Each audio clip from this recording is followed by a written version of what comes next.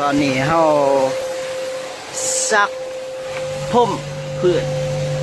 แกะออกหมดเลยตอนนี้ซักพุ่มพืชคือ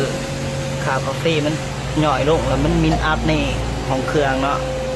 เดี๋ยวนำไปเบิ่ง